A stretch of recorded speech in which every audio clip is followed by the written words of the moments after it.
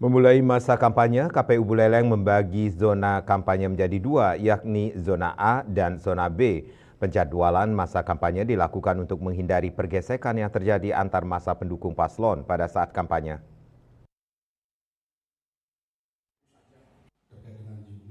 Zona A meliputi Kecamatan Tejakule, Kubu Tambahan, Sawan, Buleleng, dan Kecamatan Sukasada.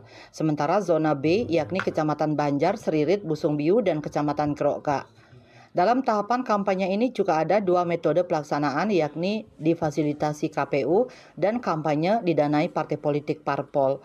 Untuk kampanye yang difasilitasi KPU meliputi debat publik, penyebaran bahan kampanye kepada umum, pemasangan alat peraga, serta pemasangan iklan di media massa cetak dan media massa elektronik.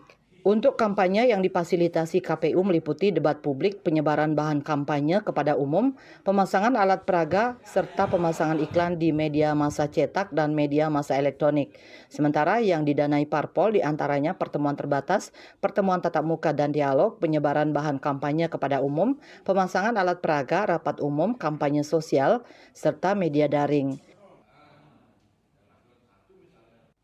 25, 26, 27, 28, 29, Sawan, Buleleng, Sukasada.